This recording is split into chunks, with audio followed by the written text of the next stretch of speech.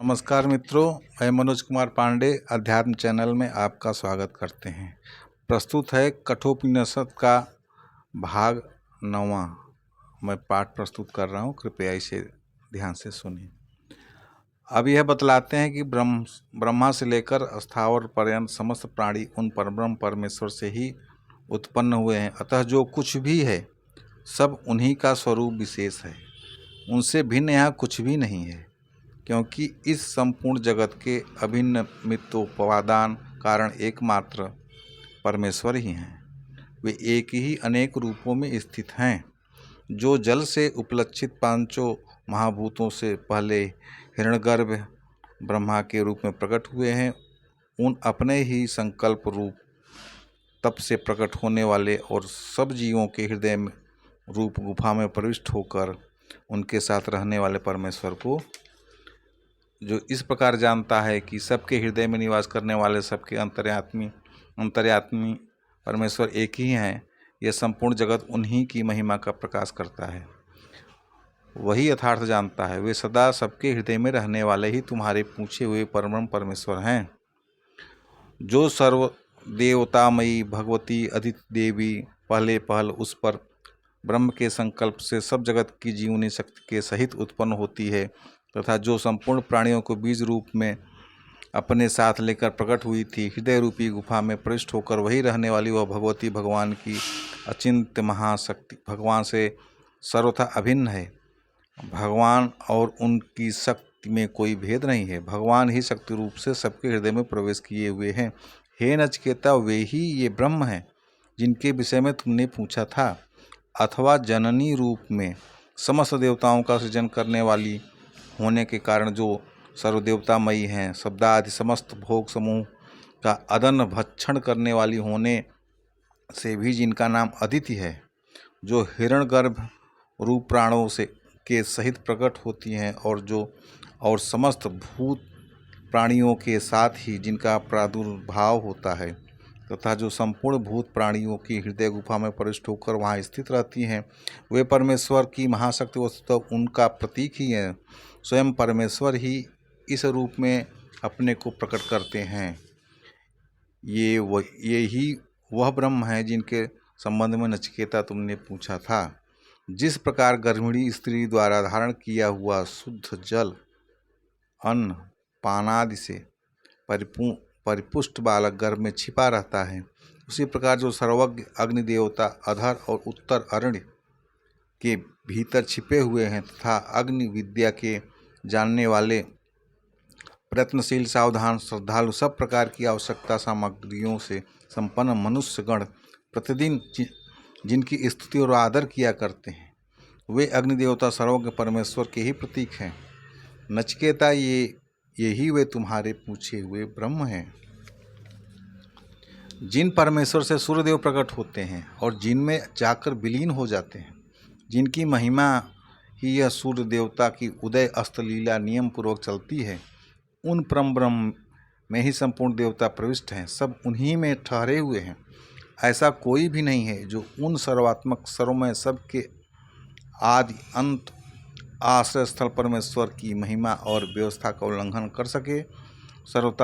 सर्वतोभाव से सभी सर्वदा उनके अधीन और उन्हीं के अनुशासन में रहते हैं। कोई भी उनकी महिमा का पार नहीं पा सकता। वे सर्वशक्तिमान परब्रह्म पुरुषोत्तम ही तुम्हारे पूछे हुए ब्रह्म हैं।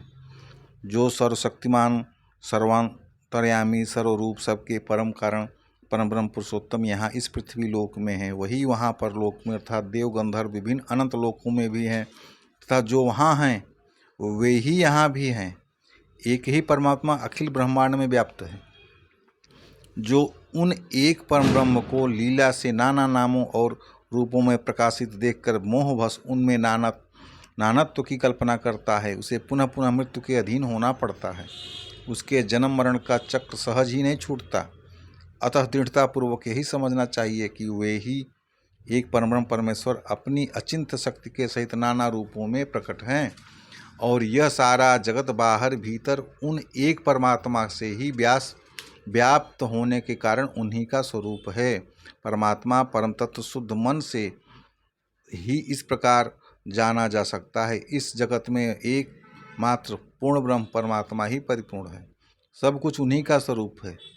यहाँ परमात्मा से भिन्न कुछ भी नहीं है। जो यहाँ विभिन्नता की झलक देखता है वह मनुष्य मृत्यु से मृत्यु को प्राप्त होता है, अर्थात बार बार जन्मता मरता है।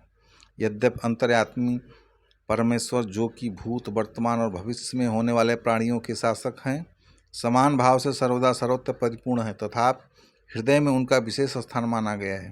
परमेश्वर किसी स्थूल सूक्ष्म आकार विशेष वाले नहीं हैं, परंतु स्थिति के अनुसार वे सभी आकारों से संपन्न हैं। क्षुद्र चींटी के हृदय में वे ही चींटी के हृदय परिमाण में के अनुसार परिमाण वाले हैं, और विशालकाय हाथी के हृदय में उसके हृदय के परिमाण वाले बनकर विराजित हैं। मनुष्य का हृदय अंगुष्ठ परिमाण का है और मनुष्य की ही परमात्मा की प्राप्ति का अधिकारी माना गया है। अतः मनुष्य का हृदय ही परमब्रह्म परमेश्वर की उपलब्धि का स्थान समझा जाता है। इसलिए यहाँ मनुष्य के हृदय परिमाण के अनुसार परमेश्वर को अंगुष्ठ पर मात्र परिमाण कहा गया है। इस प्रकार परमेश्वर को अपने हृदय में स्थित देखने वाला स्वाभाविक यह जानता है कि इसी भांति वे सबके हृदय में स्थित हैं, अतएव फिर किसी की निंदा नहीं करता, एवं न किसी से घृणा या द्वेष ही करता है। नचिकेता, यही वह ब्रह्म है जिसके विषय में तुमने पूछा था। मनुष्य के हृदय गुफा में स्थित यह अंगुष्ठ मात्र पुरुष भूत, भविष्य और वर्तमान का नियंत्रण करने वाला स्वतंत्र शासक है। ये ज्योतिर्मय है, सूर्य अग्नि की भांति उष्ण प्रकाश वाले नहीं, परंतु दिव्य, निर्मल और शांत प्रकाश स्वरूप हैं। लौकिक ज्योतियों में धूम्र रूप दोष होता है। ये धूम्र रहित, दोष रहित, सर्वथा विशुद्ध ज्ञान स्वरूप हैं। अन्य ज्योतियाँ घटती बढ़ती हैं और समय पर बुझ जाती हैं, परंतु ये जैसे आज हैं वैसे ही कल भी हैं। इनकी एक रस्ता नित्य अक्षुण है। ये कभी न तो घटते बढ़ते हैं और न कभी मिटते ही हैं। नचिकेता, ये परिवर्तन रहित अविनाशी परमेश्वर ही वे ब्रह्म हैं जिनके संबंध में तुमने पूछा था। वर्षा का जल एक ही है, पर वह सब ऊंचे पर्वत की ऊबड़ खाबड़ चोटी पर बरसता है। वहाँ ठहरता नहीं, तुरंत ही नीचे की ओर बढ़कर बहकर विभिन्न वर्ण, आकार और गंध को धारण करके पर्वत में चारों ओर बिखर जाता है। इसी प्रकार एक ही परमात्मा से उत्पन्न हुए विभिन्न स्वभाव वाले देव, असुर, मनुष्य आदि को जो परमात्मा से पृथक मानता है और पृथक मानकर ही उनकी उपासना, पूजा आदि करता है, उसे भी बिखरे हुए जल की भांति विभिन्न देव, असुर आदि लोकों में नाना प्रकार की योनियों में भटकना पड़ता है। वह ब्रह्म को प्राप्त नहीं हो सकता। परंतु यही वर्षा का निर्मल जल यदि निर्मल जल में बरसता है, वह उसी क्षण निर्मल जल ही हो जाता है। उसमें न तो कोई विकार उत्पन्न होता है और न वह कहीं बिखरता है। इसी प्रकार हे गौतम वंशी नचिकेता, जो इस बात को भली भांति जान गया है कि जो कुछ है वह सब परम ब्रह्म पुरुषोत्तम ही है, उस मननशील संसार के बाहरी स्वरूप से उपरत पुरुष का आत्मा परम ब्रह्म में मिलकर उसके साथ तदात्म भाव को प्राप्त हो जाता है। प्रथम वल्ली समाप्त होता है। यहाँ पर अध्याय 2 में प्रथम वल्ली समाप्त करके द्वितीय वल्ली प्रारंभ होता है।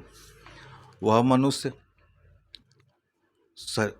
शरीर रूपी पूर्व 2 आँख, 2 कान, 2 नासिका के छिद्र, 1 मुख, ब्रह्मरंध्र, नाभि, गुदा और शिश्न, इन 11 द्वार वाला है। यह सर्वव्यापी, अविनाशी, जन्मा, नित्य, निर्विकार, एक रस विशुद्ध ज्ञान स्वरूप परमेश्वर की नगरी है। वे सर्वत्र समभाव से सदा से परिपूर्ण रहते हुए भी अपनी राजधानी स्वरूप इस मनुष्य शरीर के हृदय प्रसाद में राजा की भांति विशेष रूप से विराजित रहते हैं। इस रहस्य को समझकर मनुष्य शरीर के रहते हुए ही जीते जी जो मनुष्य भजन स्मरण साधन करता है, नगर के महान स्वामी परमेश्वर का निरंतर चिंतन और ध्यान करता है, वह कभी शोक नहीं करता। वह शोक के कारण रूप संसार बंधन से छूटकर जीवन मुक्त हो जाता है और शरीर छूटने के पश्चात विदेह मुक्त हो जाता है। परमात्मा का साक्षात करके जन्म मृत्यु के चक्र से सदा के लिए छूट जाता है। यह जो सर्वव्यापक ब्रह्म है, यही वह है जिसके संबंध में तुमने पूछा था। अब उस परमेश्वर की सर्वरूपता का स्पष्टीकरण करते हैं।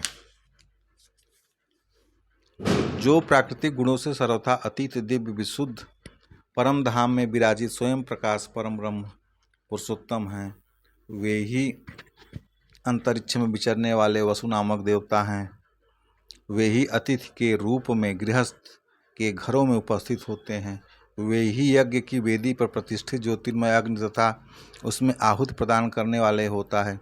वे ही समस्त मनुष्यों के रूप में स्थित हैं। मनुष्यों की अपेक्षा श्रेष्ठ देवता और पितृ आदि रूप में स्थित, आकाश में स्थित और सत्व में प्रतिष्ठित हैं।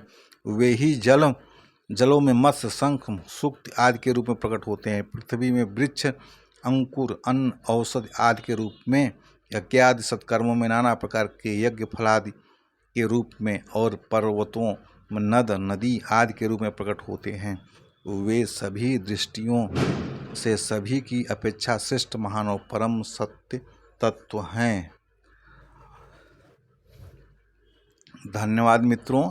ये 9वां भाग यहीं समाप्त करते हैं। आगे प्रस्तुत करूँगा और पिछले भागों को सुनने के लिए आप मेरे चैनल में जा कर के देख सकते हैं। कठोपनिषद के एक भाग से लेकर के मैं प्रस्तुत कर रहा हूँ, सारे भाग में इसमें देता रहूँगा। धन्यवाद।